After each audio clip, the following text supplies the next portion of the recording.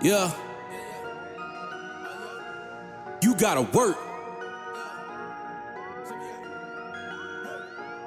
You gotta work, grind, shine, it's mine. Gotta show everybody it's my time. Getting here, you gotta work, grind, shine.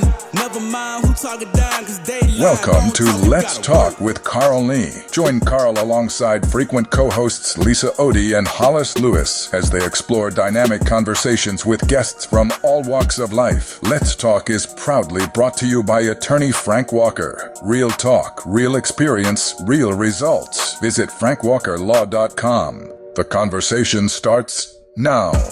This is Let's Talk. Hello, ladies and gentlemen. This is Carl Lee, and I have both of my co-hosts in the building today, Lisa Odie and Hollis Lewis.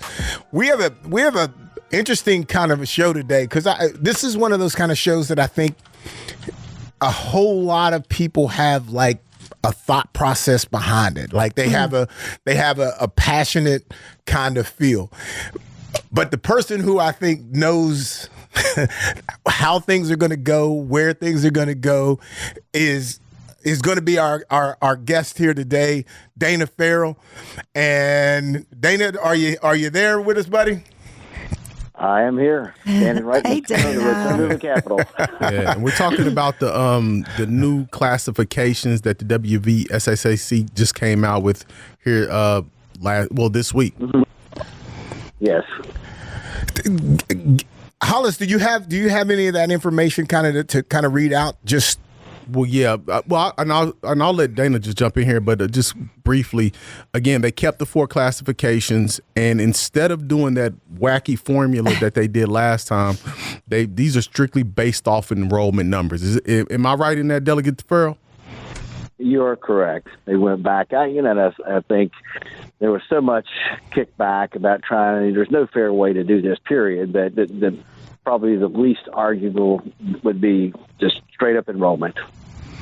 Yeah, and it was some, and again, could you just walk us through briefly why they did the formula last year the way they did it? They based it off not only enrollment, but they had, the size of your city, your proximity to a city, and median income, and they added a whole bunch of other factors in. That's correct, and I think if you go back, the whole roots of this goes back to, especially in basketball, but some of the other sports, with the Catholic schools dominating in the Class A levels that they were in, and even to some extent once they moved into Double A, and some of them they were dominating, as we've seen.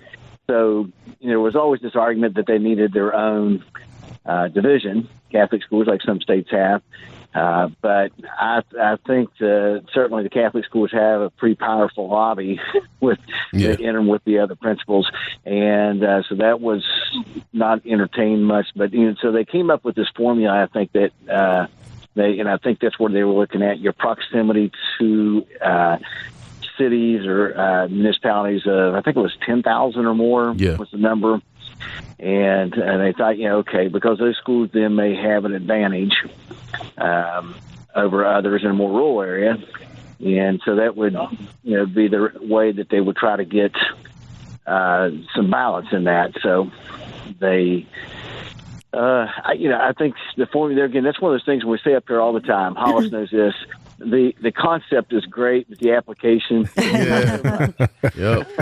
Oh boy. I've said it about a lot of pieces of legislation up here. I know what your intentions were, the applications, and I think that here, I think their intentions were to try to get some balance. But when it started playing out, and I can speak for, I got the call immediately after that from my principal of my school over at Sissonville, and and as far as Kanawha County goes, we're one of the smaller schools in the county, and yet because of their proximity to the Charleston city limits, which extend out Route 21 for quite a ways, it put them within that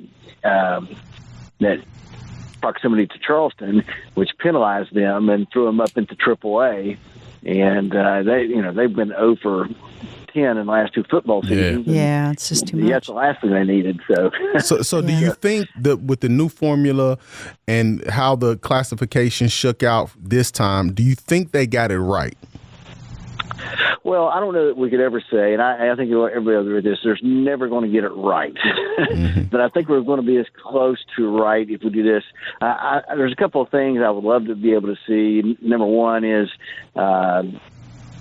they give the breakup of the divisions. If we're going to have 4 classes, let an outside entity out of state do that so that there's complete objectivity on that. I think the way they do it now is, obviously your schoolmasters, aka principals and ADs, come together, all 100 and 10 of them or so. And of those, any one of those can submit a proposal.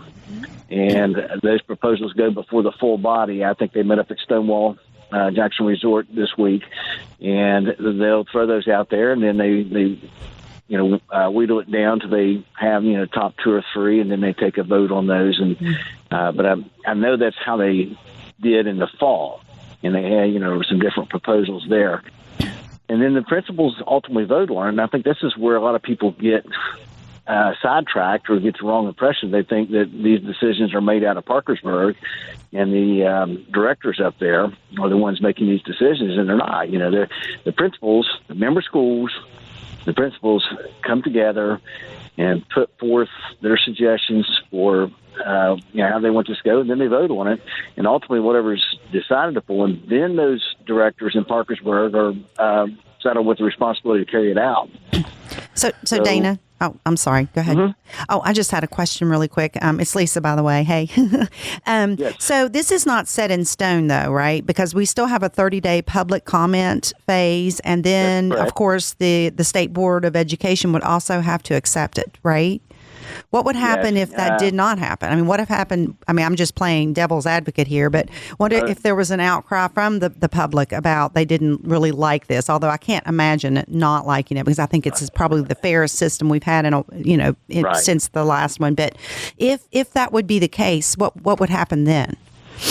Well, my understanding is that it goes back to the last formula that we had, which was the one last fall that nobody liked, but it defaults back to that until they go through the cycle again and they can agree on something. But you're correct. There's all these comment periods and so forth, and the state board has to approve it, and they're only meeting at certain times. And I think that's why they came together as they did right now, because the State Board of Education, as soon as this 30-day period is up, meets here at the end of April, and they'll vote on it. And if they do, then things will fall into place. But if they go any further than that, you can see why summer practices and schedules are being made and things. It just gets so they have to stick with what they have. Yeah, because I'm like you. I don't see a problem with the board on this, because remember that there was the proposal they had coming out of Stonewall in October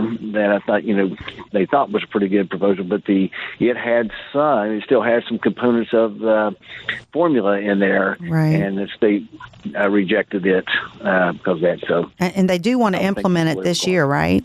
The 25-26 season, they want to implement it immediately. Okay. That's correct.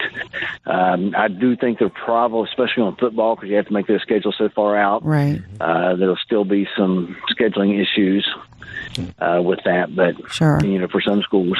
And what are you hearing about conference possible realignment? Because when you take some schools, like for example, you take a school like George Washington, which they're going to be in Quad A, and a school like Capital, they're going to be in AAA, but historically they've been in the same conference. So is there going to be any effort to realign those conferences to make sure the conferences are indicative of the classes which the schools are in? Well, that's a good question. I think we've been in such flux over the last 2 or 3 years with this that there's probably going to be a wait and see, make sure this is going to stick thing before you start the conference realignment. But I think ultimately, once we get settled on something, then that's going to have to take place, because your conferences require a certain amount of games to be played, and your ratings points, especially in football, is what matters. It's going to matter. Yeah. You get, so GW, even if they go and win against Capital, that costs them points playing a AAA school. Unless, and I think, and I've suggested this in the past, that because I like to see these rivalries, whether it's South Charleston, GW Capital, or Capital South Charleston, anytime those schools play each other, it's a rivalry situation. Throw out the records, and so you want them playing each other. And I think that whether it's Poca Nitro or Ripley Ravenswood and those kinds of situations where there are different classes, but they're natural rivals, that there should be every school should have at least two variances on their schedule to where they're not penalized for playing down a conference or a class to that's a good idea. Right. That's a really good idea. Dana, I'm going to go just a little bit off this path a little bit and ask the question, is there, can you see at any given time in the future, I'm going to call it NIL money, falling into West Virginia, whether it be high school, whether it be college, and I guess basically it is in college? Do we see this happening? Is there an opportunity for this to actually take place?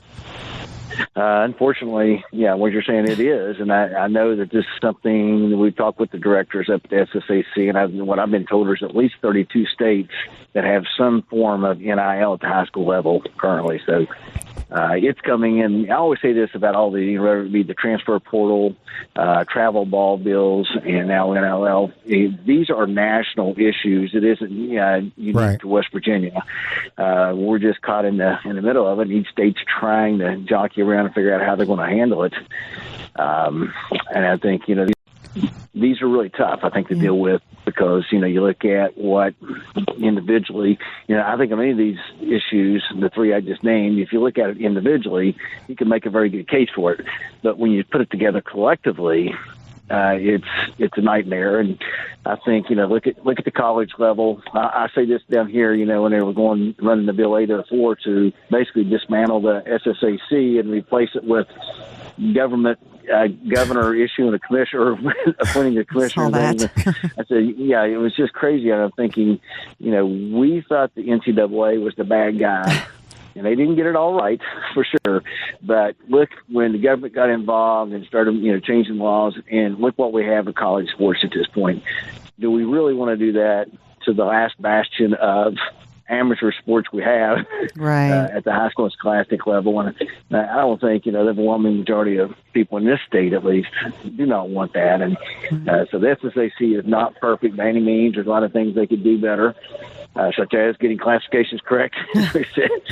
Well, the good thing is I think they can revisit it every 2 years now instead of 4. Did they add that into the I think so. Okay. And I like that, Lisa, because I've said all along, if in a perfect world, you would be able to look at least every 2 years and look at winning percentages, and the top 2 winning percentages, each school per sport would move up a class.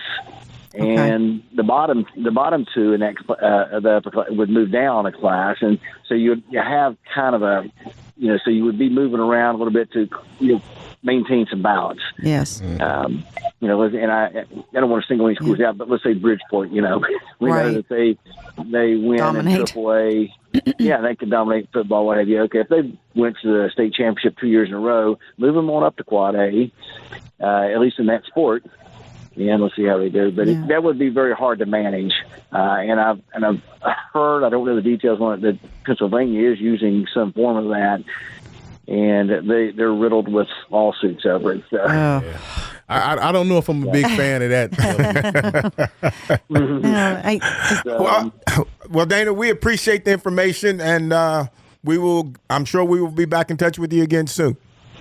Oh, we're always great to talk to you guys. Miss my old set teammates there. We're ready. We're ready. We're waiting Just on you. call us. Hey, I think I took your place, though. Well, I know you guys. I know I can no match for Hollis. But, I'm going to take his place on the house floor here in just a minute. I think I just got a better seat. That's it. Well, we would love to have you on the other side, but that's a different story. Well, sometimes I do. I get accused sometimes of being on the other side. So. Yeah. Well, anyway. Okay. We appreciate it, man. Thank you, Dana. We'll talk soon. Okay. Bye-bye. All right. So let me. I'm gonna start. He brought up an interesting point, and the only thing I don't like about this is that the classifications are just so unequal. Like if you look at Quad A, it's only 20 teams, and I still think that's a problem. And I still think, like, again, to his point, when you have the mix up how they did it last year and how they doing it this year, and you're having conferences where you can have a triple A team, a quad A team, a single A team, they could all be in the same conference, and you're getting punished and rewarded for even playing, winning and losing. So I think the next iteration of this, I would really like to see just it equal. So if we got 115 teams, I'd like to see about 25 or 30 in each class or something like that. But the disparity on the numbers, I was looking at like the cutoffs for each classification, and I think for Quad A it's 1,050 or above, and then for AAA it's 625 or above. Correct? That's 625 to 1,049. Yeah. So that's a huge difference. If you're one of those schools that's on the cusp of AAA, at just barely making it at 625, and then they're going to be playing a school like Capital, who's like 1,048 population at their school. I mean, that could be a huge difference in the number of student athletes that you have to choose from, correct? 100%. And to that very fact, that's the challenge that I have with, okay, so the top number and the bottom number. Top number is always okay, but it's that lower number that is the problem. That team that's sitting there with the lowest number, that number is so far from the top number. But you have to have those numbers, so it's just, I don't know how you fix it. I get it, but if I'm that low team, I'm automatically thinking to myself, I need to be down on the next level. I mean, if you look at Quad A, like you look at Preston County. I wonder how Capital feels about going from Quad to AAA. Well, they were in AAA last year. Were they AAA last year? Okay. Well, I think if you look at, they were originally Quad A, then they dropped. Oh, okay. Yeah. That's what I was thinking. Like if you look at Preston County, they got 1,100 kids, and the top school in the state, Morgantown, they got about 1,700 kids. So you're talking about a 600 kid difference. I mean, it's significant, but I don't know if it's, Okay, let me ask this question, and this is just a simple, stupid number question. Are the numbers really what we want? Like, I mean, does the numbers necessarily dictate how good of a football team I'm going to have? Not at all. I mean, I think Bridgeport can hang with any team in Quad A. You know what I'm saying? It doesn't matter. I'm not sure that what we're going after to rank them or to place them is not really the. But what else? What other options do we have? We can't go back to the other system. I mean, I thought that system was terrible. Terrible. Well, and I'm not opposed to. There was some conversation about where you in the season. Let's say like how you rank. Let's just say okay. So we start however we get started, right? So so Capital's there, South Charleston's there. Okay. South Charleston ends up being the top team in that conference. Charleston ends up being the bottom team in that conference, in their conference. So does Charleston belong somewhere else? See, and again, his comment after that, Pennsylvania is littered with lawsuits. Yeah. You have to have an objective metric. It can't be this and that and that and this because everybody's going to have some sort of complaint. So enrollment numbers is the only way. Yeah, that's to objective. Do this. It's the only way. Objective way to measure this. It's math. It's money. There's no other way to do it. So I look at that and I hear you, and all I think about is like, okay, so I'm looking at this big, huge community that has a ton of kids, and then and then your community is on the bottom of that. Far as size. As far as size goes, you have no chance ever to compete. I wouldn't say that. Well, let me ask you guys this, because I'm not sure, and I wish I would have asked Dana when we had him on the line, but there was a clause, or what I've read on social media, that private schools will have the option to play up a class. I don't know if that's true or not, but if it is true, why would that be an option for a private school, you think? Is that true, Hollis? Maybe we could find out. I'm not sure if that's true. But what I would guess is that because their funding's a little different, and they have the ability to get kids who may be at a higher socioeconomic level.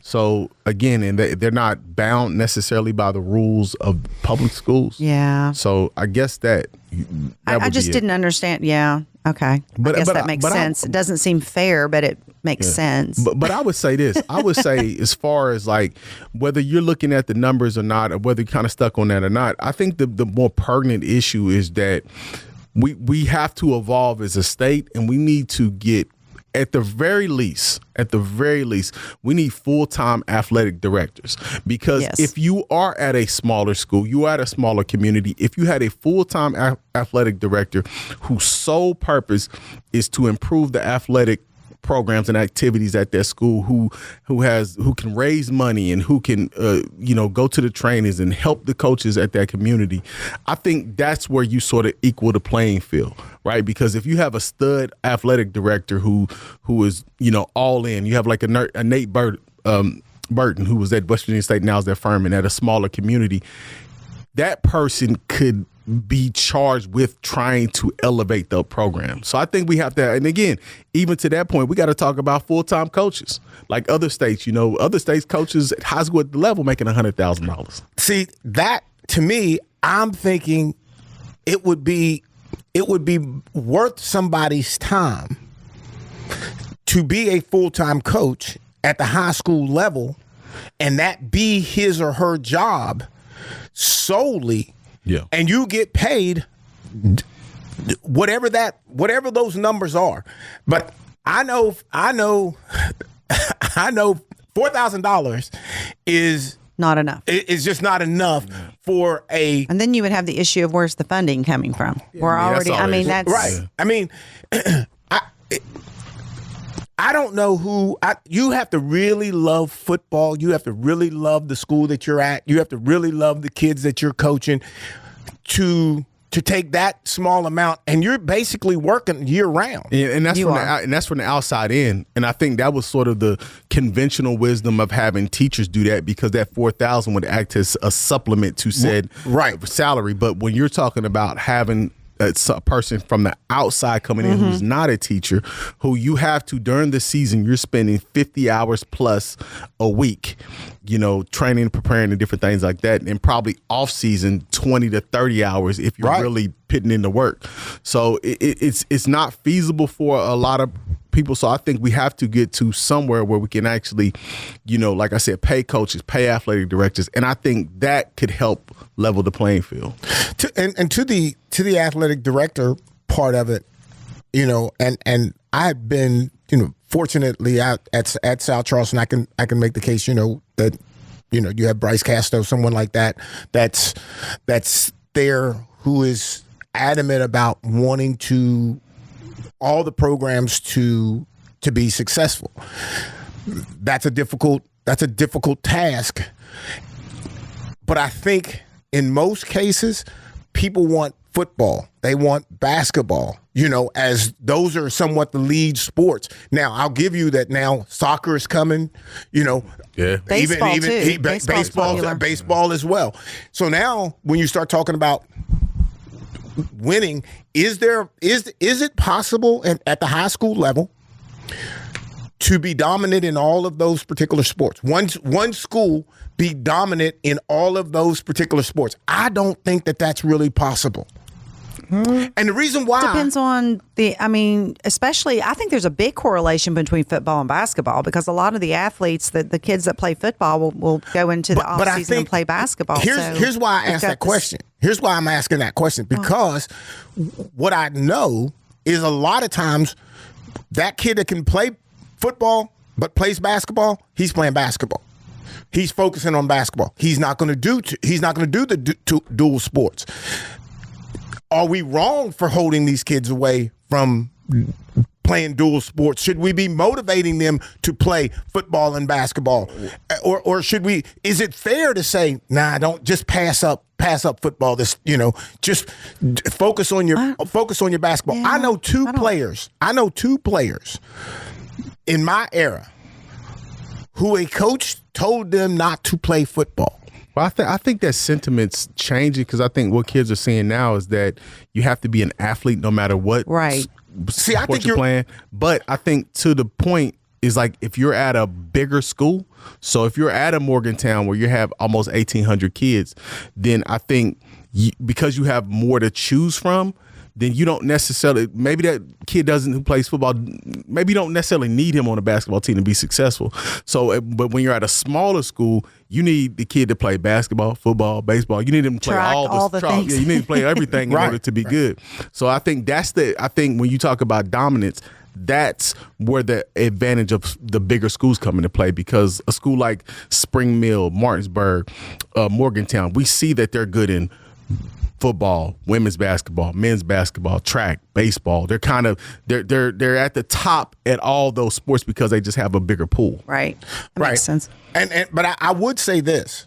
I do think that parents should be thinking about having their kids like in multiple sports just for the sake of their being like, what are you doing in the off season of football? What are you doing? If you're not playing another sport, what are you doing? I think track is a good option for a lot of these athletes. Absolutely. And track is dying on the high school level. It's dying. And it's here the most dying. Yeah, here it's dying. Right. It ain't dying nationally. No, And we're to your point, Hollis, we're overlooking track, and it's important, the importance of it. Like, come on.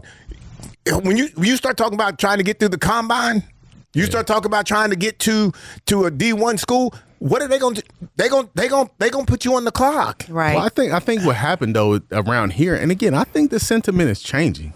What happened around here is like, again, you had those football and basketball players, instead of playing those auxiliary sports, those other sports, they filled it with travel sports. So, in off season of basketball, I'm playing AAU. With the younger kids in the off season of football, some of them aren't running track and playing baseball. They're playing travel football. Yeah. Right. So they're playing like that. They are involved in a sport. They are doing something. They're just playing that similar sport all year round, where now I think what's happening, because again, if you're ranking yourself nationally, which a lot of people are doing, which Delegate Farrell kind of mentioned, that they're starting to look nationally outside of the state. So a lot of kids are looking at it like, dang, this is the number one recruit, and he plays football, basketball, and he runs track, and he swims in the summer. So they're starting to see that. So I think kids are now starting to say, hey, I'm gonna be as athletic as possible. You look at like guys like Zy Jackson and Collins from Huntington, respectively, and Princeton, who went to WVU. Those are track guys. They ran track. They played basketball. They did a variety of sports. So I think the sentiment is slowly starting to change back. I just think if you're listening to this and you're a parent and you have a child that's at a younger age that has an opportunity to do multiple sports, encourage him or her, simply because it is the best way. Well, let me throw this idea at y'all, and I'll start with Alicia. What do you think about, like, for example, when we talk, just going back to the numbers, and we didn't give out the full numbers, as far as like quad A is 1,050 or more. Triple A is 650 to 1,049. Double A is 351 to 624. As far as enrollment numbers, and single A is 350 or less. Right. So when you do have like smaller schools, now again, this is 9th, 10th, 11th, 12th grade. What about the possibility of 8th graders being allowed to play high school football or high school sports? Like when you can, because like, for example, you got like these community schools where it's like K through 12. No. Maybe physically there may be an athlete here or there that physically would be able to hang with some of these high school, athletes. But I think 8th grade, even if they're physically able, I don't think mentally they're ready to be a part of that whole scenario. There's a huge difference between an 8th grader and a senior. Well, I'm saying like 8th graders and 9th graders will be like relegated to like the JV team, unless you got like a stud 9th grader. Right. But I'm saying like those 8th graders will be like, you playing JV. What I'm saying is like you get them in the program. So then what happens to the middle school program? It's 6 and 7. I mean, you still got a middle school program. It's just 2 years. I mean, what you think? I mean, I think it's a novel idea. I don't know if I'd be a fan of it. That's a lot. to ask of an 8th grader. What I hear, I'm not saying what you mean, but I'm saying what I hear though is, again, we're cherry picking the talented player to do something. We're allowing him or her to do something for the betterment of them and or the betterment of the other program. We ain't cherry picking. We saying 8th grade you can play. The 8th grade you gonna play in the high school. You play JV. But the only really ones that really are good. Like, why am I gonna play JV when I can play varsity at the level that I'm at? Because we're getting you in the program earlier. I don't need to be in a program early. Is this something, Hollis, they're doing? You've heard of nationwide? Is it something that's a trend, or is it just an idea? It's an idea, but I've heard it in a couple different places. Okay, like for example, like in Kentucky. Okay. Like those middle schoolers, and this is mostly basketball. Right. Middle school, like OJ Mayo, for example. He's 7th grade. He played on the varsity high school team. You know what I'm saying? Right. And again, that's basketball. It's a different scenario. But what I'm saying is, like, if you are at one of these little community schools where, like, for example, you got like Pickens Elementary High School. It's got, well, no, I ain't gonna use that one. But you got like Harmon Elementary High School. It's got 31 people in it. You know what I'm saying? So, if they had a sports team, why couldn't that 8th grader just play? Well, I mean, that would be beneficial for the smaller schools, but I could see a scenario in the larger schools where they would, like you said, they would handpick those 8th graders that they see potential, and they'd enter the transfer portal to come to their school as an 8th grader and become a part of the JV team to groom them. Why not? No. You're losing community. Yeah. You're losing community. You're losing even more community. I know that you're not. I know that. I'm saying like Horseman, Westside kids, you just go to Capital like you go anyway. You just play. But if they're really, really good, then Martinsburg or somebody else is going to swoop in and get those players that are capable. Possibly. I mean, they're getting them anyway. Just a year later. See, I don't think that there's any need for, quote, young talented, let's say middle school kids, to be in a rush to get to high school. I don't think that just because I'm really good in middle school doesn't. I ain't saying you keep saying, I ain't saying good. I'm saying 8th grader. 8th grader. I'm saying we ain't cherry picking. Okay. We're saying the 8th grader, you're going to play basketball, football, whatever the house. You're saying you're just saying that what they're automatic. Level, they can go, right? No matter what. They can go. So how do you think the high schools would feel about that, though, when they have to take all the 8th graders that want to come play football? If I'm a high school coach and that's what I'm doing, if I can get that kid in my program earlier, let's go.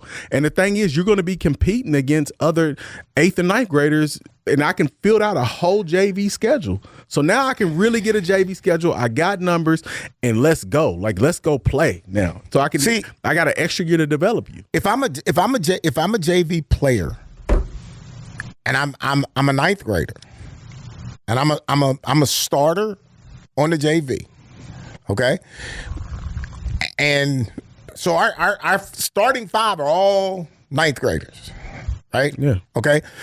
All of a sudden now you want to bring some 8th graders to cut into us. And to me, I'm like, no, it's about competition. I mean, come on. But what about the logistics? Right, you know me. You know I'm all about the competition. But you got to come through. You got to come through the system. You got to come. No, you're skipping. I was just going to say the logistics of it, because not all your middle schools are absolutely next door to the high school. That's a fair point. If they've got after school practice, somebody's got to find a way to get the player there to the high school. And like I said, they're not always close. So. Fair point. That's fair. I can't argue that. That's fair. see, it's good with you. Yeah. See, he just bring up a good point. That's a good point. He refuses to go with me on anything. Yeah. But I'm saying, when we say competition, you can't, like, come on, bro. Like, you can't say that. It's competition all the way around. Listen, I just don't. I don't think that there's a.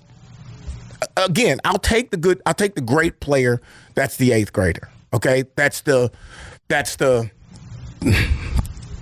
exception to the rule. Like he's going to be better than some of the 10th graders, and could maybe even go after a 12th grader. Mm-hmm.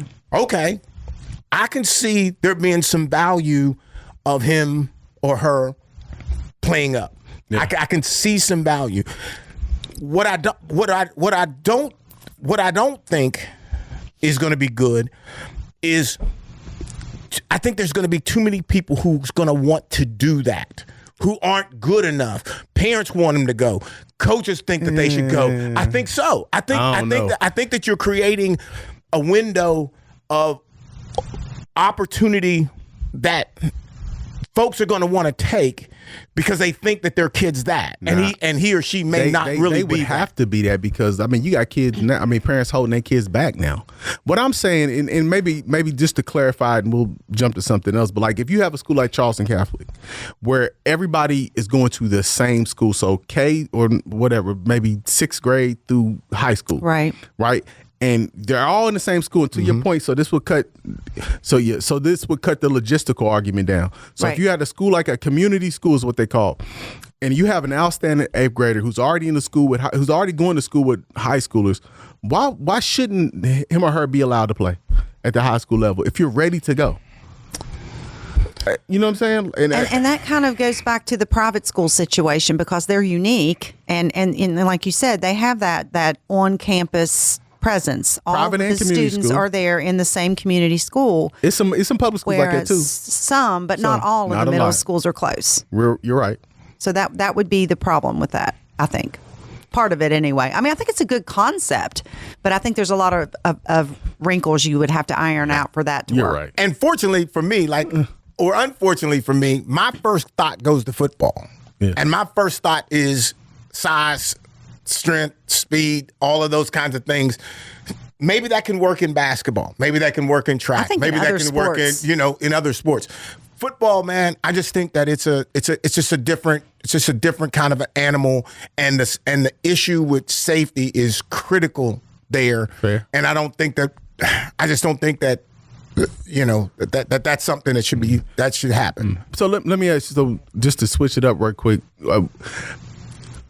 There was a comment made by the Grambling, I think it's the basketball or football coach, and basically what he said in regards to transfer and different things of that nature, he said because we've seen like with the NCAA championships, it wasn't really great because you didn't have any Cinderellas. There's really not much to chew on there, right? So basically what he alluded to was that if a kid from a smaller school at the collegiate level transfers to a bigger school, then that bigger school should have to pay a buyout to the smaller school.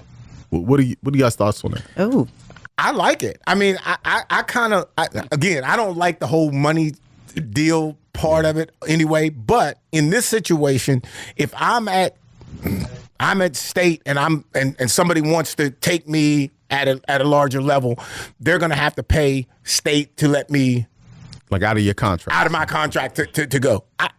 I would be okay with. I think I could see myself being okay with that.